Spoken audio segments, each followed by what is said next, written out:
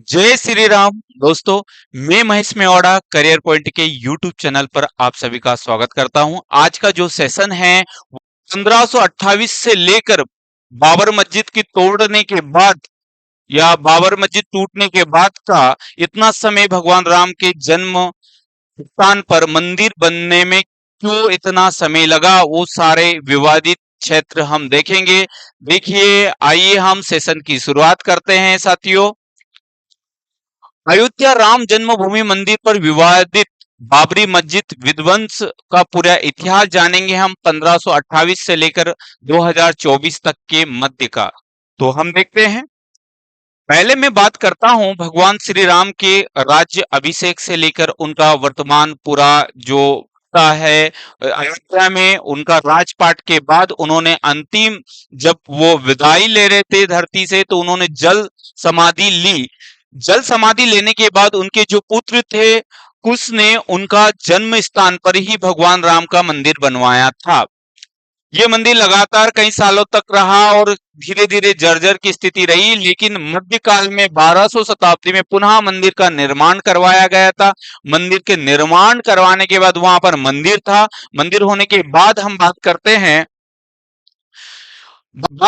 मुगल साम्राज्य के संस्थापक बाबर की, जो अफगानिस्तान का था और ये भारत में 1526 में आता है और 26 में आने के बाद अपने आधुनिक तोपे के साथ आता है और भारत के हिस्सों की ओर बढ़ता है।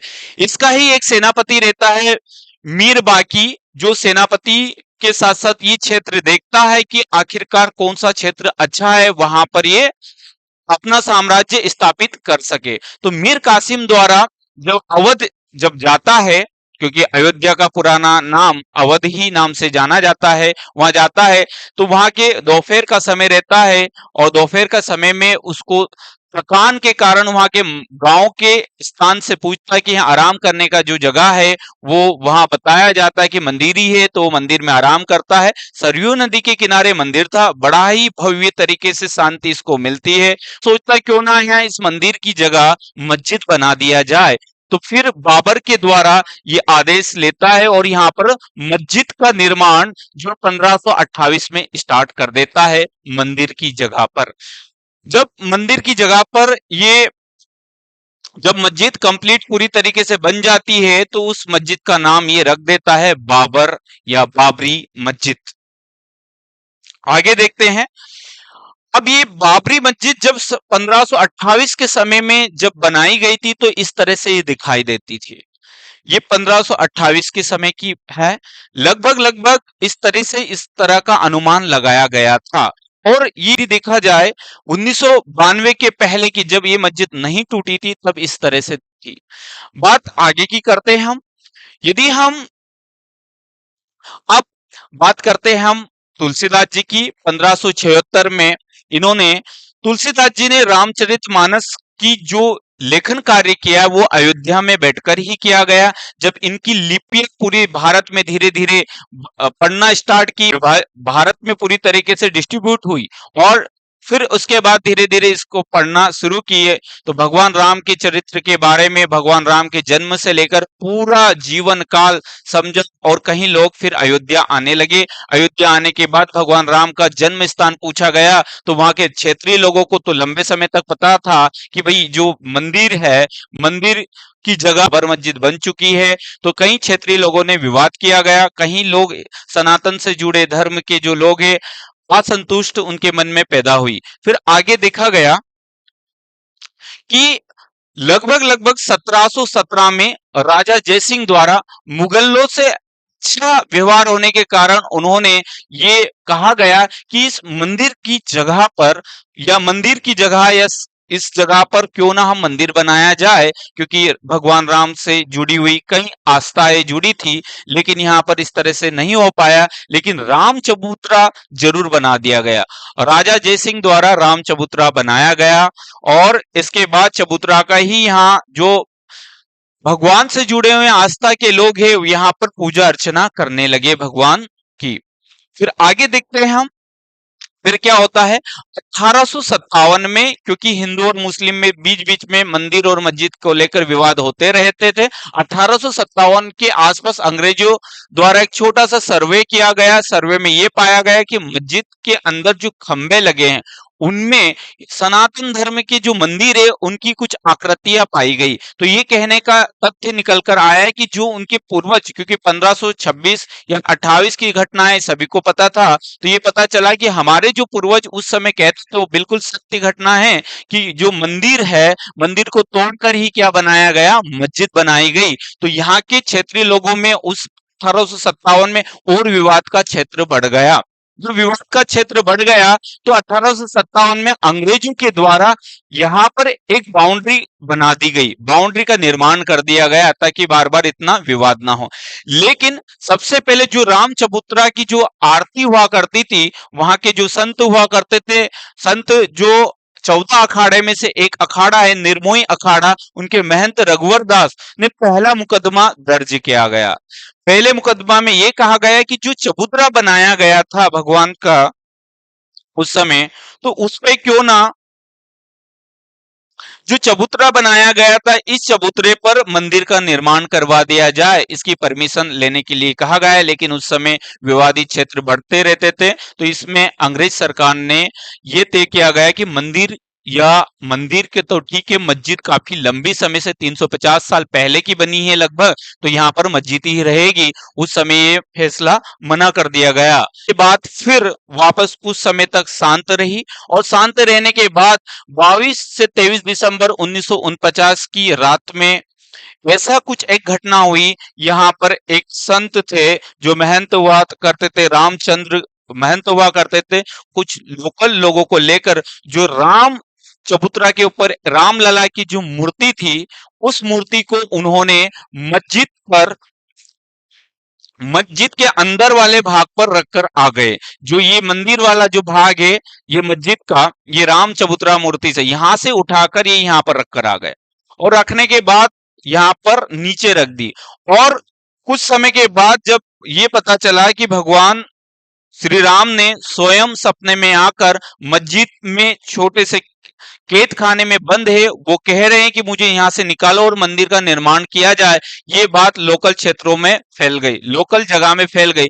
ये घटना सच है या गलत है वहां के, क्योंकि बाउंड्री लगा दी गई थी अंग्रेज सरकार ने, तो ये तय किया गया कि जो वहां के डीएम थे नेयर, उन्होंने तय किया गया कि सत्य है या नहीं है। तो कुछ क्षेत्रीय लोगों को लेकर गए, और जहां जो घटना सुनाई गई थी उस घटना पर, जो जहां पर मूर्ति रखी गई थी वहां पर, वहां का ताला खोला गया, और खोलने के बाद वहां पर खुदाई की तो पता चला कि वहां पर रामलला की छोटी सी मूर्ति पाई गई, जो जैसी सपने में बताया गया था बिल्कुल वैसा ही रहा। तो क्षेत्रीय लोगों को ये लगा कि ये तो चमत्कार हो गया, ये सब दूर फैल गई ये घटना। तो लगातार इसका विरोध और ज्यादा बढ़ने लगा कि अब तो यहाँ पर क्या बनाया जाए, मंदिर ही बनाया जाए। तो ये बात, लेकिन यहाँ पर 1949 की राम कहानी की घटना लगातार बढ़ती रही, और एफआईआर राम लला की मूर्ति पर रखी, बाहर रखी हुई मूर्ति को अंदर रख दी गई, और बाद में सपने का चमत्कार रूप बता दिया गया। तो जो संत थे उस समय 1949 में मूर्तियां प्रकट होने के साथ रामचंद्र दास थे, इनको ये सपना आया था, और सपना के माध्यम से इन्होंने पूरा ये बताया गया था कि भाई यहाँ पर भगवान श्री राम ने खुद मुझे सपने में आकर, वहां पर जो मूर्ति है वहां अंदर रखी हुई है, और ये वहां खुद है, और खुद होने के बाद उनको बाहर निकाला जाए और मूर्ति की स्थापना कर मंदिर बनाया जाए, ये थे। इसी के बीच मूर्ति प्रकट होने के साथ साथ महंत अभिराम दास भी थे, इन्होंने भी यही बात कही थी। गोपाल सिंह विश्वनाथ 1950 में फैजाबाद कोर्ट में मुकदमा दायर किया गया। एक साल के बाद राम मंदिर विवाद की शुरुआत। फिर बात आती है अब 1959 की, जो निर्मोही अखाड़ा है। निर्मोही अखाड़ा ने जो मस्जिद में मूर्ति स्थापित की गई थी, जो बीच में रखी गई थी, तो उस मूर्ति को नहीं हटाया गया, क्योंकि चमत्कार का रूप ले लिया था, कहीं लोग वहां दर्शन करने आना शुरू कर दिया था। लेकिन बीच बीच में ज्यादा ही विवाद हो गया था, और विवाद होने के कारण कुछ लोगों के लिए यहाँ पर सही रूप में जाने नहीं दिया था। लेकिन निर्मोही अखाड़ा ने एक अर्जी लगाई कि मस्जिद में जो मूर्ति स्थापित की गई है उस मूर्ति वाले जगह को निर्मोही अखाड़ा को दिया जाए 2.7, वहां पर रामलला का मंदिर बनाया जाएगा। ये अर्जी लगाई गई। लेकिन इसके साथ ही सुन्नी बोर्ड, सुन्नी वक्फ बोर्ड ने भी 1961 में एक अर्जी लगाई कि जो मूर्ति अभी कुछ साल पहले रखी थी उसको हटाया जाए और जो मस्जिद में हम पहले से जा रहे थे उसको सुचारू रूप से जाने दे और हिंदुओं के लिए जो चबूतरा बना है वहां पर ही मूर्ति स्थापित करके वापस पूजन अर्चना वहां की जाए। इसी के बीच सुन्नी बोर्ड, वक्फ बोर्ड, विवादित क्षेत्र और निर्मोही अखाड़ा दोनों ही केस आपस में चल रहे थे। इसी बीच क्या होता है, कुछ हिंदू, क्योंकि आरएसएस 1925 में स्थापित हो चुकी थी,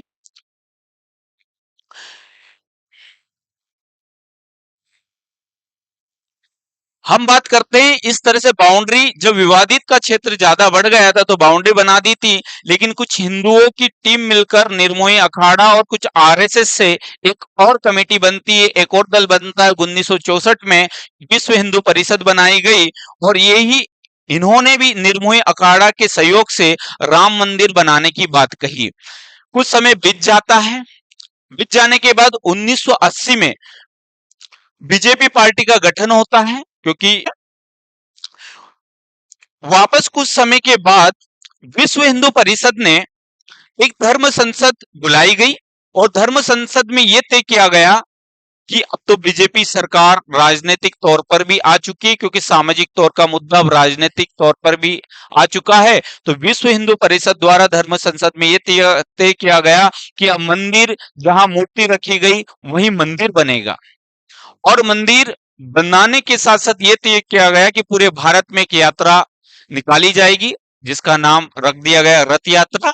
और रथ यात्रा जब रखा गया तो जब प्रशासन, जब पता था कि 1980 में बिल्कुल कांग्रेस सरकार मना कर रही थी, तो पुलिस प्रशासन या गवर्नमेंट तरफ से कुछ हमको कुछ सेफ्टी के तौर पर कुछ भी प्रशासन तरफ से कोई सुविधा नहीं रहेगी, तो विश्व हिंदू परिषद ने युवाओं को आगे किया गया और युवाओं को आगे करने के बाद उनको एक नाम दे दिया गया बजरंग दल। तो 1984 में जो बनाया गया है एक दल का गठन किया गया, 1984 में बजरंग दल का गठन कर दिया गया जो रथ यात्रा के आगे आगे चलेंगे।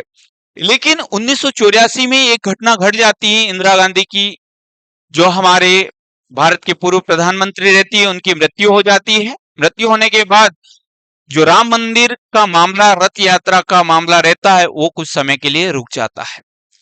जब राजीव गांधी प्रधानमंत्री बनते हैं इंदिरा गांधी के बाद, तो जब उन्होंने एक फैसला आता है शाहबानो बेगम का, ये शाहबानो बेगम जो मुस्लिम महिला रहती है, तलाक के बाद यहाँ पर सुप्रीम कोर्ट एक फैसला सुनाती है कि भाई जो तलाक होने के बाद जो खर्चा पानी रहेगा उस व्यक्ति को देना ही पड़ेगा। लेकिन इस फैसले से मुस्लिम समुदाय काफी ज्यादा विरोध जताते हैं। मुस्लिम समुदाय का कहना है कि ये हमारा आपसी है, हम ही इसको तय करेंगे, सरकार को इसमें दखल देने की जरूरत नहीं है। तो पूरा समुदाय, पूरा भारत में मुस्लिम समुदाय विरोध करता है।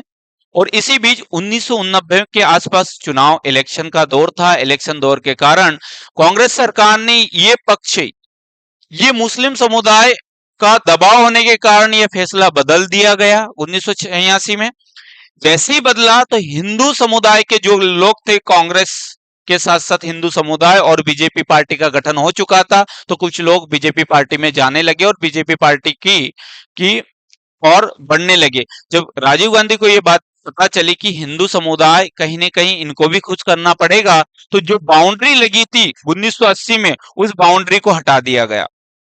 जो पुलिस प्रशासन थी बिल्कुल हटा दिया गया। अब हिंदू है बिल्कुल यहाँ जाकर, जो मूर्ति रखी थी बीच उसमें गुंबज में, बिल्कुल वहां जाकर दर्शन कर सकते, पूजा अर्चन कर सकते।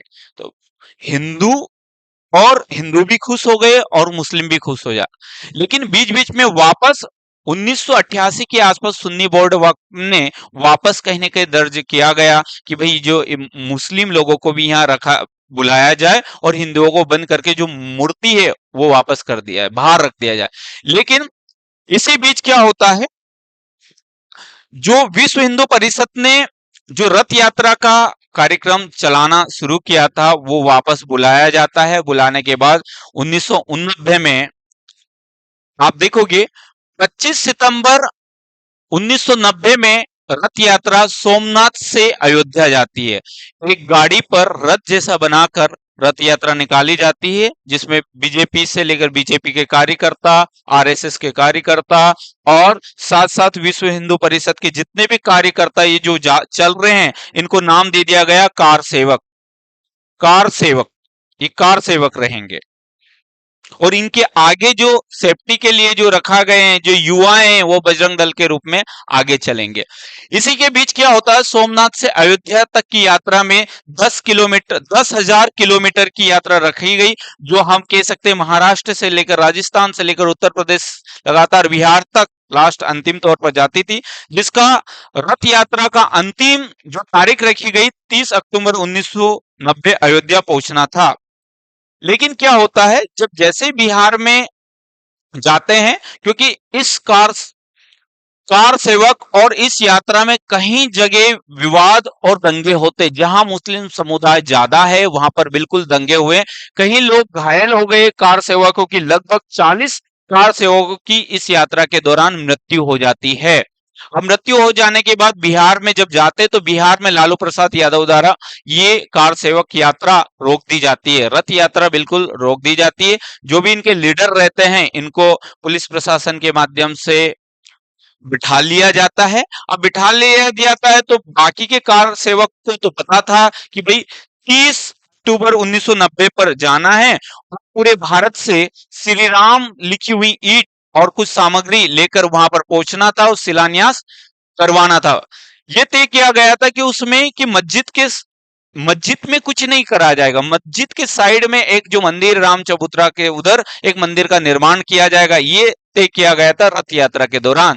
लेकिन फिर बाद में ये हुआ कि आप देखोगे मंदिर का निर्माण कर जितनी भी ईंटें लेकर आई थी, निर्मोही अखाड़ा के जो ये संत थे महंत, राम शिलान्यास से ऐसी कहीं पूरे भारत से ईंटें आई थी, ईंटें का निर्माण वहां पर ईंटें कहीं कहीं से जो जो योगदान रहा हर गांव से हर शहर से वो लेकर वहां पर रख दिया गया था। इसी के बीच ये तय किया गया था कि हमारे जो लीडर्स हैं वो आएंगे और आने के बाद और भी आगे की प्रक्रिया शुरू करेंगे। लेकिन ये बाद में ये हुआ, इसी के बीच क्या होता है, इलेक्शन हो जाता है, इलेक्शन पास में आ जाता है। पास में आने के बाद 1991 में राजीव गांधी अयोध्या से एक यात्रा चालू करते हैं। यात्रा चालू होने के बाद अयोध्या से और 1991 में ये तमिलनाडु जाते हो। तमिलनाडु जाने के बाद एक वृद्ध महिलाओं के द्वारा एक संगठन रहता है, वहां पर उस संगठन के द्वारा राजीव गांधी की मृत्यु हो जाती है। राजीव गांधी की मृत्यु होने के बाद जो कांग्रेस के जो पीएम बनते हैं वो नरसिम्हा राव बनते हैं। और इसी के बीच यूपी में जो सरकार बनती है, कल्याण सिंह की सरकार बनती, जो बीजेपी की रहती है। अब जब पता चलता है कि कार सेवक और सभी को की सरकार हमारी बीजेपी की बन गई, अब तो बिल्कुल तरीके से हम राम मंदिर का निर्माण जरूर करेंगे जो अधूरा है। जब कल्याण सिंह ने ये नरसिम्हा राव से ये बात रखी और रखने के बाद ये तय किया गया कि हमको हमारे कार सेवक आएंगे और मंदिर का निर्माण करेंगे। लेकिन नरसिम्हा राव सरकार ने यह तय कर दिया था कि कहीं मस्जिद को नुकसान ना हो, आप सुचारू शांति रूप से बिल्कुल मंदिर का निर्माण कर सकते हैं। ये कल्याण सिंह ने बिल्कुल ये कहा गया था कि बिल्कुल हमारी तरफ से कोई नुकसान नहीं होगा। तो एक समय एक डेट निर्धारित की गई, डेट थी 5 दिसंबर के दिन आना था, 6 दिसंबर के दिन मंदिर का निर्माण करना था। तो पूरे भारत से लगभग ट्रेन से बस से लगभग लाखों लोग पहुंचे, लगभग 2 लाख का अनुमान लगाया जाता है। 5 दिसंबर के दिन ये आते हैं और 6 दिसंबर 1992 में ये देखा गया कि लाल कृष्ण आडवाणी मंच पर भाषण दे रहे हैं, उमा भारती, अटल बिहारी वाजपेयी और कई बड़े नेता अपने भाषण के माध्यम से लोगों को मोटिवेट कर रहे हैं। तो 2 लाख के लगभग लोग थे और इतने उग्र हो गए हैं कि आसपास जो ईंटें थी, तार थी, सरिया, उनको लेकर मस्जिद की ओर पहुंच गए। लगभग 11:30 पर इन लोगों ने पहला गुंबज गिरा दिया, उसके बाद दूसरा और उसके बाद तीसरा पूरी तरीके से मस्जिद को गिरा दिया। और गिराने के बाद जो निर्मोही अखाड़ा था वो रामलला की छोटी सी मूर्ति के साथ और कुछ इस तरह से ईंटें लेकर थोड़ा सा छोटा सा मंदिर भी यहाँ पर बना दिया गया और ये लोग चले गए। इसी के बीच आर्मी आ जाती है और आर्मी आने से पहले ही लाखों की लोगों की भीड़ देखकर आर्मी और पुलिस प्रशासन कुछ नहीं कर पाते, क्योंकि जनसंख्या बहुत ही ज्यादा थी, बहुत उग्र थी। तो इसी के बीच वहां की प्रशासन ने भी कुछ नहीं किया। फिर क्या होता है, 1992 में जब हो जाता है तो 1992 में पूरे हम कह सकते हैं हिंदुस्तान, बांग्लादेश, पाकिस्तान में कहीं मंदिर टूटते हैं, हिंदू और मुस्लिम में विवाद होता है। भारत में जहां मुस्लिम समुदाय ज्यादा थे वहां पर भी विवाद हुआ है। इसी के बीच एक साल के बाद 1993 में आतंकवादी हमला होता है मुंबई ताज के ऊपर। इसका बदला लेने के लिए मुंबई पर बॉम्ब ब्लास्ट होता है, लगभग 900 लोगों की मृत्यु हो जाती है, आप देख सकते हैं 1993 में। ये लगातार चलता रहता है। फिर इसके बीच आता है 2001 में जो प्रधानमंत्री थे बीजेपी के अटल बिहारी वाजपेयी आ जाते हैं। आने के बाद ये तय करते हैं विश्व हिंदू परिषद की अब मंदिर की बात रखी जाए, मंदिर बनाने की बात रखी जाए।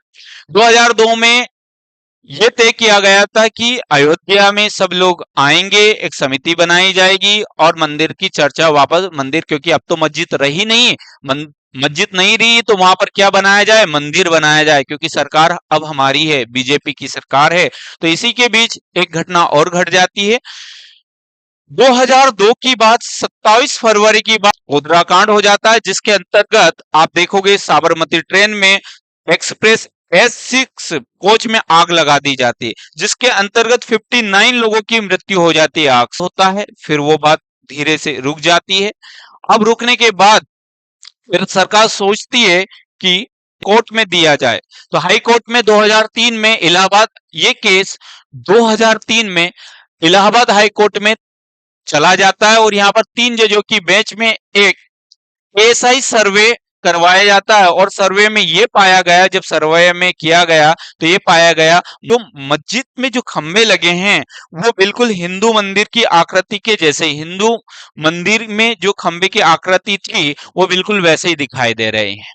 साथ साथ में ये देखा गया, ये जो पुराने जब खुदाई के दौरान ये मिलाए गए, तो बिल्कुल यह साक्ष्य बताता है कि बिल्कुल मंदिर में या मस्जिद के पहले मंदिर था, मंदिर में जो खंबे थे वो बिल्कुल सनातन धर्म से ही उनके चिन्ह मिले हैं, उनकी आकृति मिली है। और साथ साथ में ये भी तय किया गया कि यहाँ पर कब्र भी मिली गई। तो ये जजमेंट ने, हाईकोर्ट जज ने एक फैसला लिया गया। फैसला लेने के बाद ये तय किया गया, 2010 में एक फैसला सुनाया गया।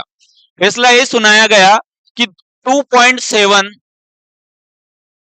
एकड़ जो है तीनों पक्षों में बांट दी जाए। तो इन्होंने जो मस्जिद वाला स्थान था वो रामलला न्यास को दिया गया और राम चबूतरा, भंडारा और सीता रसोई निर्मोही अखाड़ा को दिया गया। और साथ साथ में जो खाली जगह थी वो सुन्नी वक्फ बोर्ड को दी गई। लेकिन ये तीनों इस तरह से बंटवारा किया गया था कि ज्यादा सही उचित काम में तीनों के ना आ पाए, अलग अलग थोड़ा थोड़ा पार्ट दिया गया। तो ये तीनों ही, यदि हम बात करते न ही निर्मोही अखाड़ा के संत इस फैसले से संतुष्ट थे, न ही रामलला न्यास की जुड़ी हुई समिति इस फैसले से संतुष्ट थी और न ही सुन्नी वक्फ बोर्ड में थी। तो ये फैसला 2010 में आया गया और ये डायरेक्ट फैसला गया सुप्रीम कोर्ट में। तो 2010 में जो सुनाया गया फैसला था 2011 में रोक दिया गया और 2011 में रोकने के बाद ये तय किया गया निर्मोही अखाड़ा समिति है। और आप देखोगे सीता रसोई, जहां निर्मोही अखाड़े के लोग, यहाँ सुन्नी सेंटर वक्फ बोर्ड। 2017 में 5 जज थे जिन्होंने राम मंदिर के पक्ष में फैसला दिया और फैसला जो दिया है वो ये करा, 2017 में एक कमेटी बनाई जाती थी, डेली फैसले चलते थे। 2.7 एकड़ जमीन पे तीनों पक्षों को बराबर बांटी गई थी, ये 2010 का था। ये विवादित क्षेत्र लगभग 8,189 पेज का फैसला सुनाया गया, इतना लंबा चला, जिसमें 8,189 पेज का फैसला था। लेकिन 2000 सुप्रीम कोर्ट का जो फैसला था 1,045 पेज का फैसला, 2.7 का जो हिस्सा है वो रामलला को दिया जाएगा। बाकी की प्रशासन अयोध्या में 5 एकड़ जमीन सुन्नी वक्फ बोर्ड को दूसरी जगह पर दिया जाएगा। तो अर्थात 2019 में एक फैसला लेकर आया था जो आप देख सकते हैं नवंबर 2019 में फैसला सुनाया गया था, जिसमें यह तय किया गया था कि 2.7 एकड़ जो जमीन है वो रामलला को या राम मंदिर के लिए दी जाएगी। और बाकी तीनों ने ही स्वीकार किया, रामलला की समिति ने भी स्वीकार किया, निर्मोही अखाड़ा ने भी स्वीकार किया गया और सुन्नी वक्फ बोर्ड ने भी ये फैसला स्वीकार किया गया।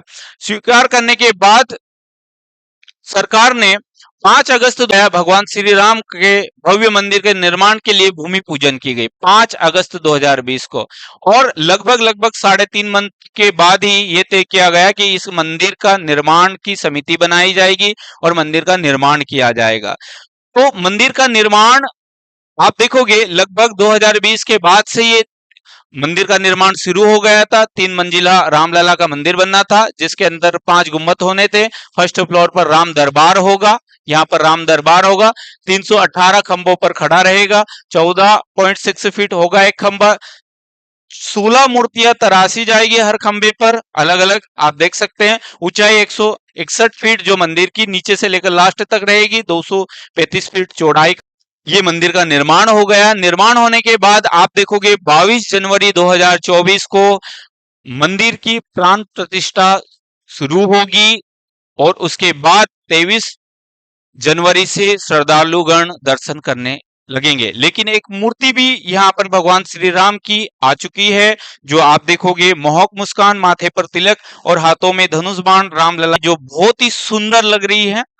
आप देखोगे इसमें यदि देखा गया ये काला पत्थर से बनाई गई है भगवान रामलला की मूर्ति, जिसमें 10 अवतार बताए गए हैं, पूरे 10 अवतार है, पूरे 10 अवतार। नीचे हनुमान जी है और नीचे फिर यहाँ पर गरुड़ जी है। मूर्ति की ऊंचाई 4.25 फीट है, चौड़ाई 3 फीट है। तो 22 जनवरी को रामलीला का प्राण प्रतिष्ठा मनाई जाएगी। पूरे देश में दिवाली मनाई जाएगी, जिससे हमको 500 वर्षों का जिसका इंतजार था मंदिर बनने का, यो मंदिर बन चुका है। भगवान रामलला की प्राण प्रतिष्ठा होगी। तो आज का सेशन यहीं खत्म करते हैं। बोलो सियावर रामचंद्र जी की जय।